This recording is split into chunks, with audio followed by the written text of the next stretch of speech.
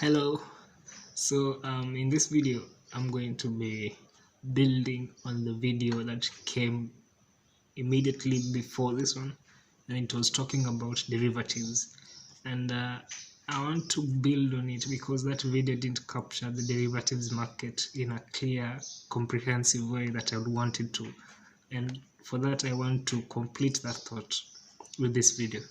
But I'm not sure it will be complete, but it will definitely make progress in the completion of that thought. I might complete it later, but let's make progress on it. So previously I had talked about the definition of what a derivatives market, what a derivative is, and I mentioned a few examples of the derivatives. That is the currency derivative, commodities derivative, futures derivative, and I had just explained roughly what it is and how to go about it.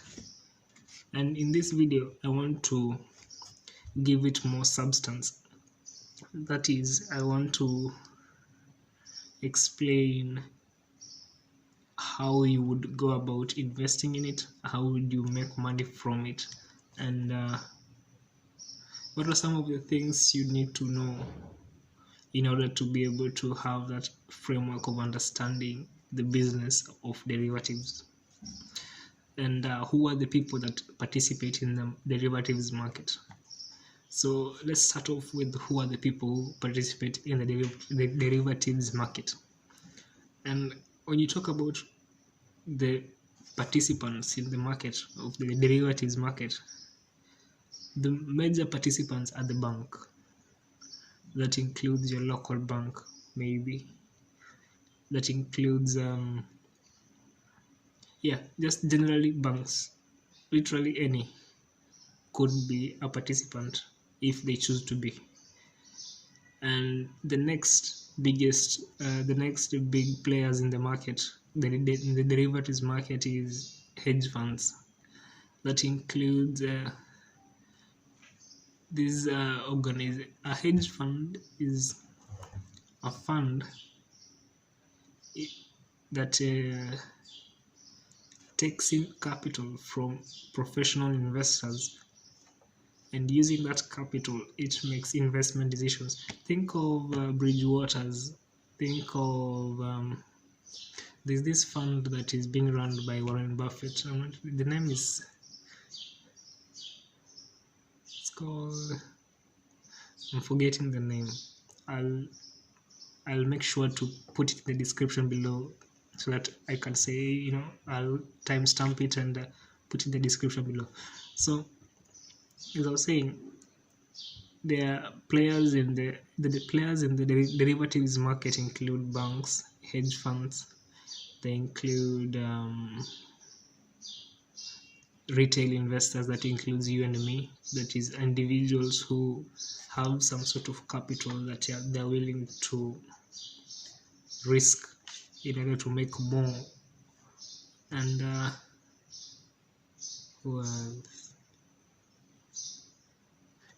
think I've mentioned three. I've mentioned banks, hedge funds, and retail investors. But even organizations that are, but more, I think those are the major players in the market, the derivatives market. Because first of all, a bank engages in the derivatives market is a way of mitigating risks, that is interest risk and some risks that are associated with their lending and borrowing business. That is banks, that is the business of banks. So if they have been exposed to interest rate risk, right, they've been exposed to defaults by loans that they have offered, maybe they have fewer loans that are being taken, and they want to offset that risk, they'll probably engage in the derivatives market so as to be able to make quick money to seal that loopholes that are being caused by those risks. For hedge funds, that is their business. The business is to make money. They're in the business of using money to make money. So this is, if they them being, of course, let me go back a bit in the question of who are the participants in the derivatives market. I mentioned 3. I want to add 1. There's also there's also quants. A quant is a person who trades in the derivatives market using softwares. And I don't mean an application software. I mean a trading software, that is an algorithmic trading software. So that is a quant. A quant is a person who uses algorithmic trading softwares to trade in the derivatives market. That is the 4th participant that I've mentioned in among the participants who participate in the derivatives market. So coming back to in the question of I've explained who the bank, why they engage in it. A hedge fund, why they engage in it, because that is their business. They're in the business of making money with money. And a quant is also more of some hedge funds have quants hired within the organization so that they can diversify their approach to derivatives investing. And some other quants are self-employed in terms of they create their own hedge funds and engage in algorithmic trading. And retail investors are now typical individuals, you and me, who have decided to allocate some capital and risk it in the market with the objective or the expectation of making more money, and also with the understanding that there is a potential of losing that money that you have allocated as the investment for that opportunity. So you could even presume a retail investor is somebody who is willing to take on the risk of losing the money they have so that they can have the opportunity to make more money than what they have. Yeah, those are retail investors. And now that answers the question, who are the participants in the market? Now, how do they participate? Typically, they don't all engage in the market the same way, majorly because they don't have the same capacity. For example, a bank has a bigger capacity in terms of the capital at their disposal. So the way they engage with the market is different from how a hedge fund would engage in the market, because a hedge fund might have a lot of capital, but that capital is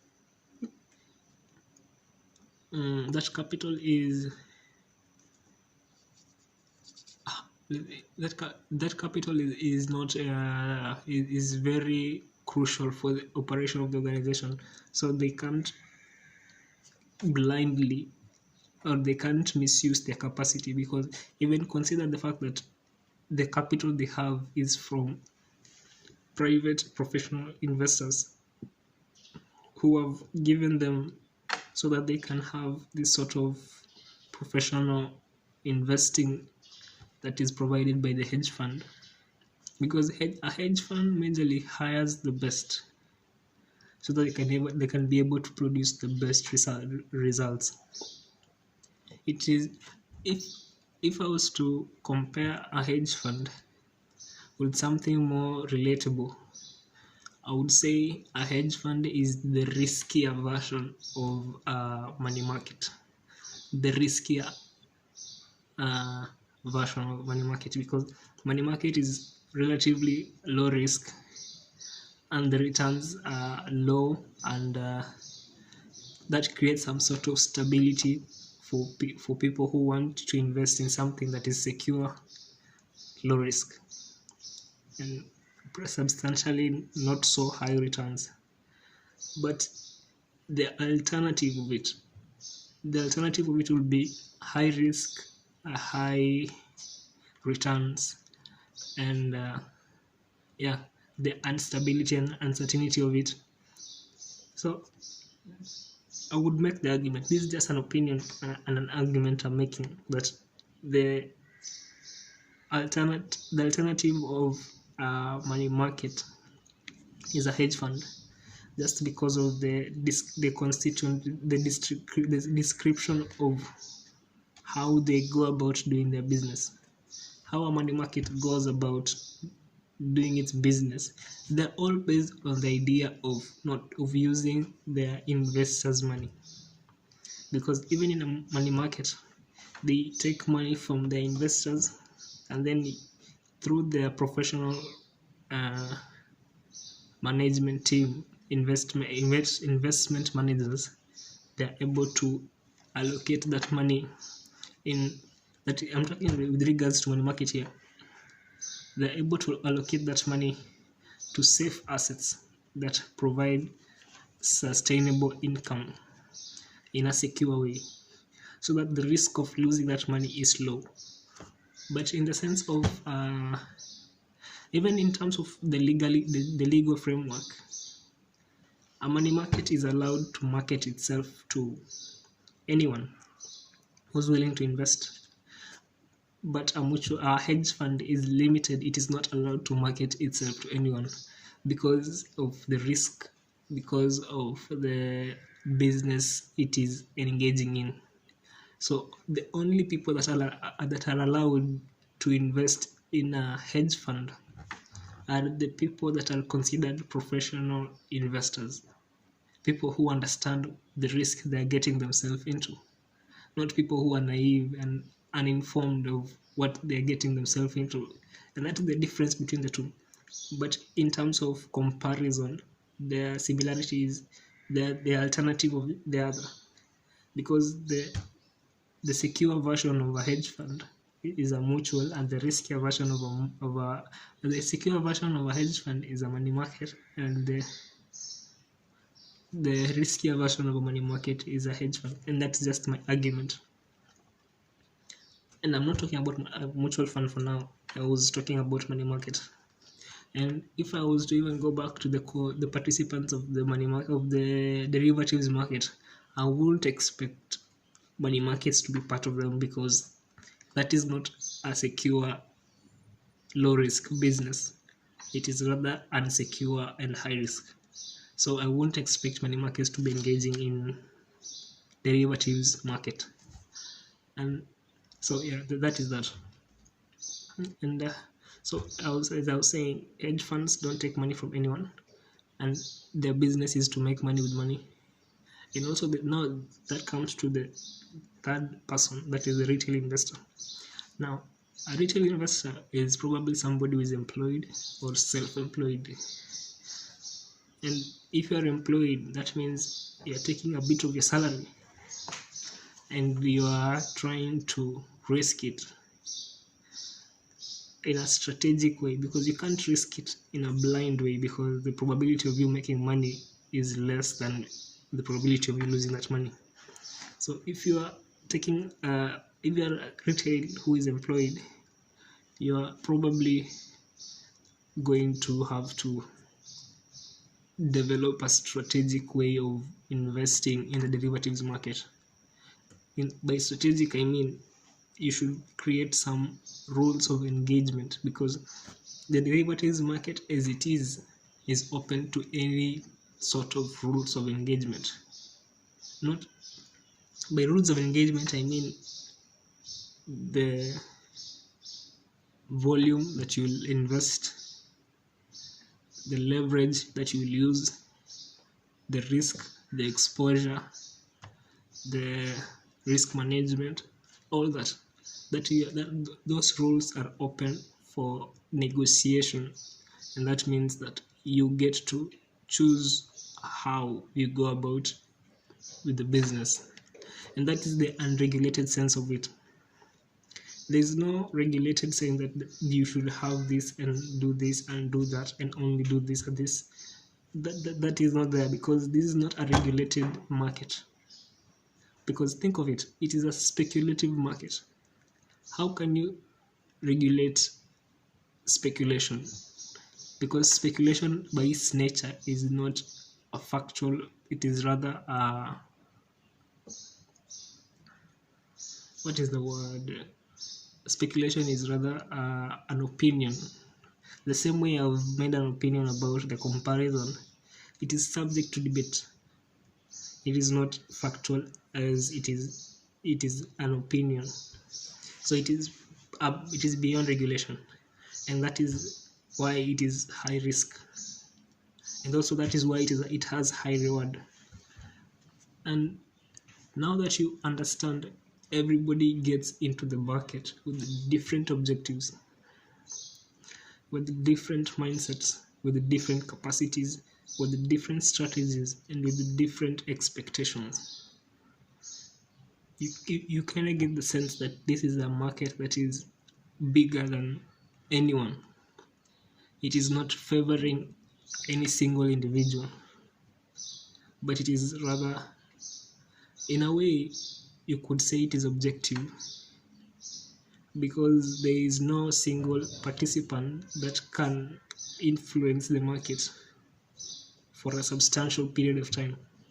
Or in a way, let me say, instead of using the word influence, let me replace it. There is no single individual that can dominate the market at a given period of time. And because there's not that dominating of the market is in a way liberal. Yeah, the market is liberal in that sense, because it is not favoring anyone, any single individual. So the essence of making money from it is being able to understand the objectivity in it, because remember, it is not favoring anyone. Since it's not favoring anyone can have an opportunity, can have a chance to make money from it, since there's no favorism in it. So for you to be able to have the chance to make money from it, you need to be able to have that framework of understanding it, interpreting it, and having the right expectations at the right time for the right reasons. And that is a sort of a mental sort of thing, and it is a financial sort of thing, because it is not a matter of how much you have, of which that is important too, because that is the capacity in which it will determine how you set up your trades, what are some of the exposure, the risk, the reward, because every single variable about your trade is important, because it influences the performance, it influences the results, it influences the overall trading experience. But the one thing that is common amongst all is that you have to be able to understand what you're doing, and not just understand what you're doing, understand what everyone else is doing at that given point in time, so that you can be able to have an educated guess about what to expect in the next 10 minutes, in the next 1 hour, in the next 2 hours, 4 hours, half a day, 2 days, a week, a month. Because it is in that expectation that your return on investment is built in. And if you have the wrong expectation, you lose your money more than you'll make more money, because you're working on the wrong guidelines, you're working on the wrong map, you're following the wrong map, you'll probably get lost. So in a way, I first invested in derivatives early this year. Let's say actually not this year. I first got into the derivatives market on November 2021, and this was after a friend of mine referred me to it, after I had told him about a story that had happened in 2020.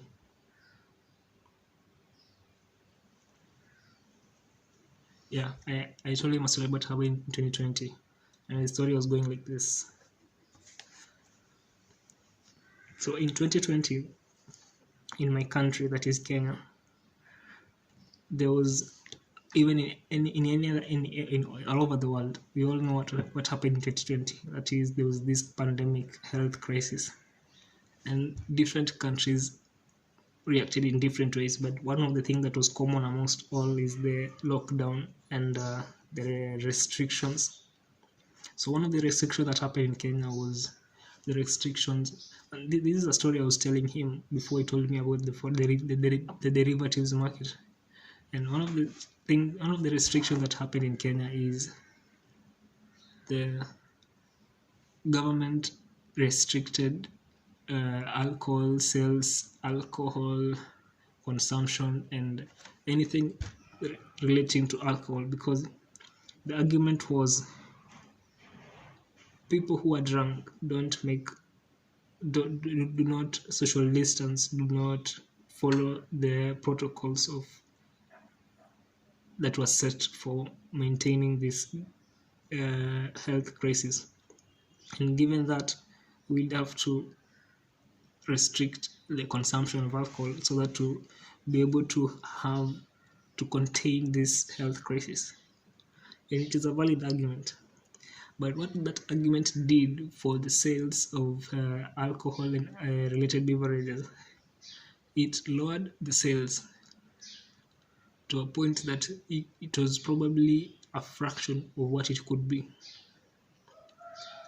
And this reflected to the stock performance of the biggest manufacturer of alcohol beverages in Kenya, that is the East African Brewers Limited, EABL.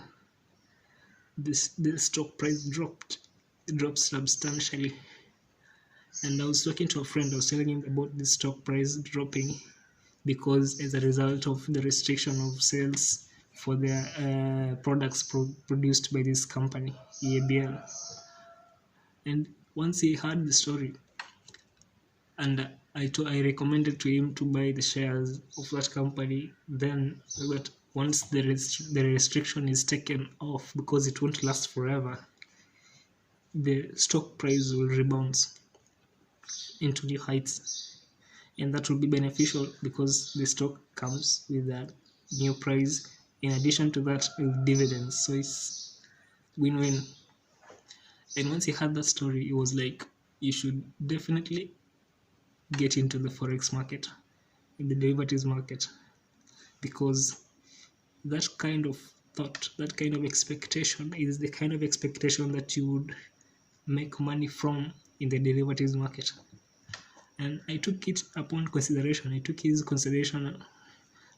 recommendation upon consideration, and I went into the research of what it means to be a trader in the forex market. And my first trades all blew up. I was trading with I'm not going to mention the company's name, because I don't think it will be in a good reflection of them, because it might put them in a bad view to other potential customers. So I'm going to just say company X. I was trading with company X, and I'm going to describe their features of trading and their rules of trade. Company X allowed me to only trade $1 lots. And now by a lot size, I mean, you see, first of all, how does trading occur in the market, in the derivatives market? So let me first explain how I think it occurs, how I've understood it occur. And that is, in the derivatives market, it is all about speculation, because it is a derivative of the actual asset, that is the currency or the commodity or the metal, that is gold or silver. So it is a derivative based on an actual asset. And because it is a derivative, it is a speculation. And because it is speculation, just like the same way you speculate in a football game, you have to have a sort of contract that says, these are my expectations. I expect this to happen in this and this way, for this and this, and if it so happens, you should pay me because I have made the right expectation. And in a sort of football speculation, you make that contract with a betting company. But in a derivatives market, you make that contract with other traders, because you might expect the price of let's say the price of a certain pair, let's say Euro USD, to go up because you think it is undervalued. So you expect it to rebound and go into new heights. But there might be another trader somewhere in the world who expects the opposite of you. He expects the price to go down. And now, because you two traders have different expectations, a contract is sort of created the moment you decide to put your money where your mouth is and say, I'm willing to put 100 shillings on the table because I believe what I expect is something that will be correct. And the other trader who expects the opposite of your trade also says the same thing. I'm willing to put 100 shillings on the table so that what I expect would be because what I expect it will be the same, it will be the case, and I should make money from it. Now, these two individuals who have opposite expectations sort of come into a contract, and the contract says, if I'm right, I get the money plus more until the point I close out this trade. I'll make money for as long as this trade is open, until the point it reaches either take profit or a stop loss. That is the closing of the trade. And the other trader also says, if I'm right, I should make money from it until it reaches one of my exits, which is either a take profit exit or a stop loss exit. And so, because that contract is set by the trader, and the trader has already defined their entry and their exits, both a positive exit and a negative exit. But it is not compulsory for you to define your exits, but it is advisable that you do, because if you don't, you'll probably blow up your account.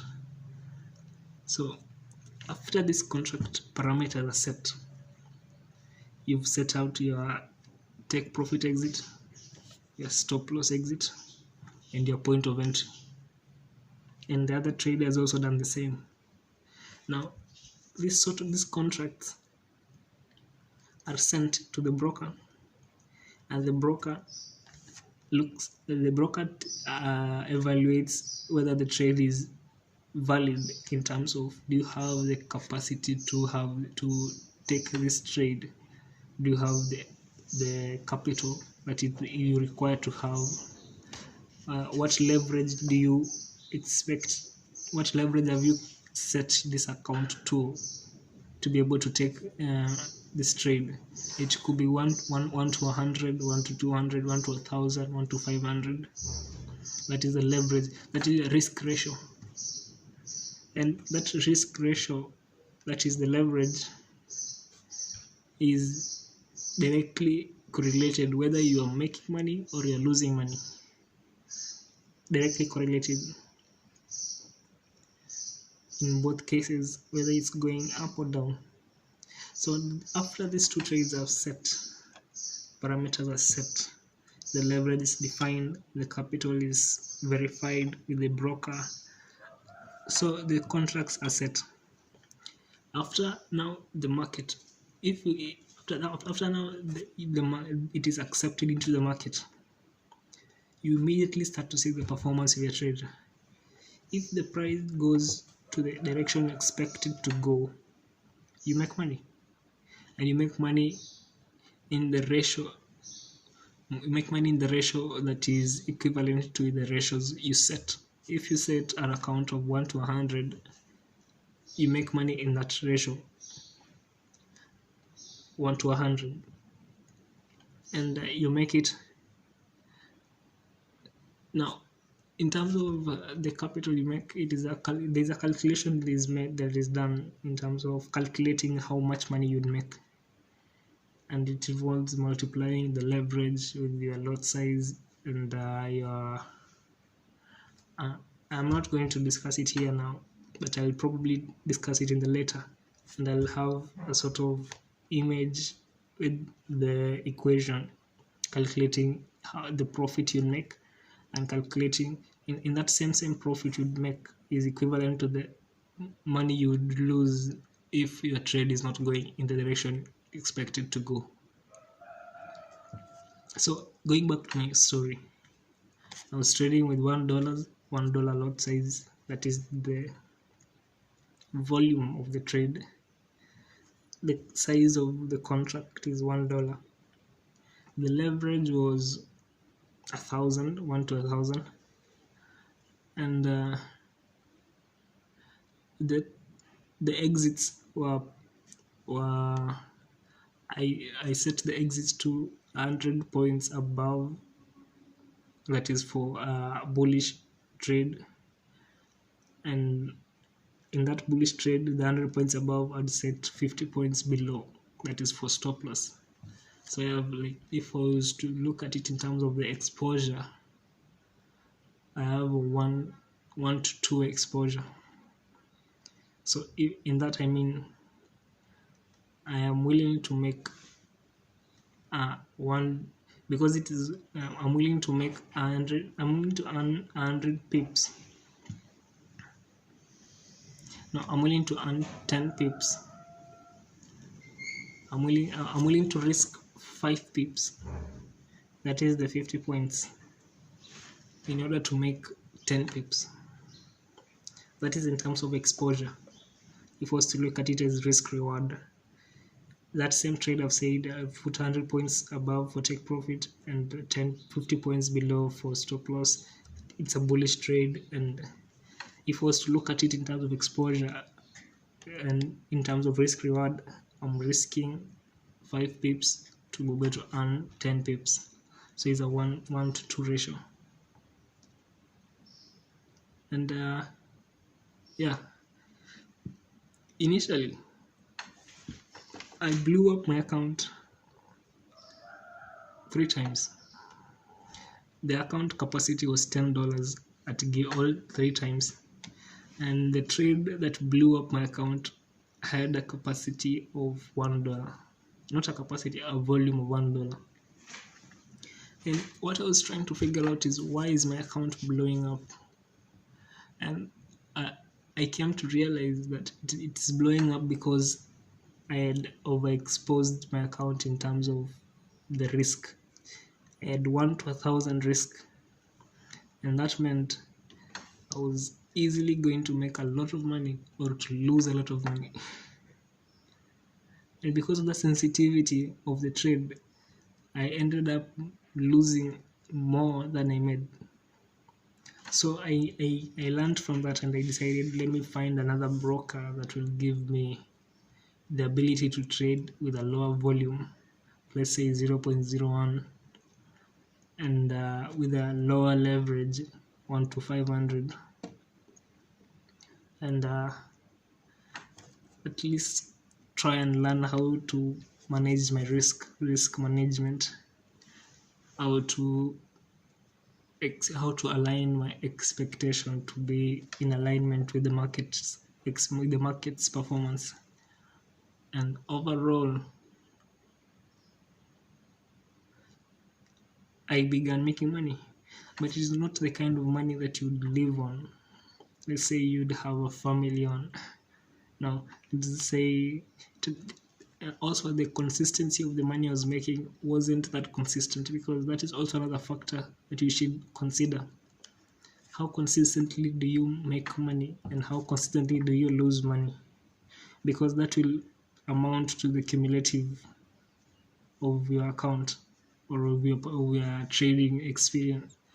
After 1 month of trading, if you look at that transactions that you've been doing, what is the cumulative? Have you cumulatively lost more money than you've made, or have you cumulatively made more money than you've lost?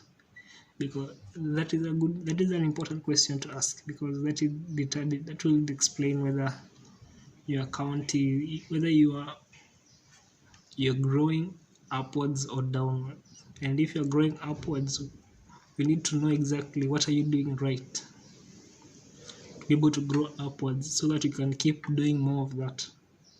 And if you're growing downwards, you need to know what exactly are you doing wrong, so that you can stop doing more of that. And I think this video is I have explained some of the topics that are advanced. I've tried to bring them in easy. I've tried to incorporate it into my own experience of how I experienced them. And I've tried to give you a sort of an idea of who is the participant, how they participate, how their expectation differ, how their trading differ, what is entry exits. I've tried, but still, if you are a complete beginner, I think the concepts like leverage, lot size, volume, all those are complicating issues, and I would clarify more of it in the next video, because this is a series, and I have not mentioned the topic is Let's Talk Money, and I'm building on the derivatives discussion that I initially started in the previous video. So if you feel more confused than you had been by starting this video, probably watch it again. And if you found this video enlightening, don't miss the next one, because I'll be building on it next.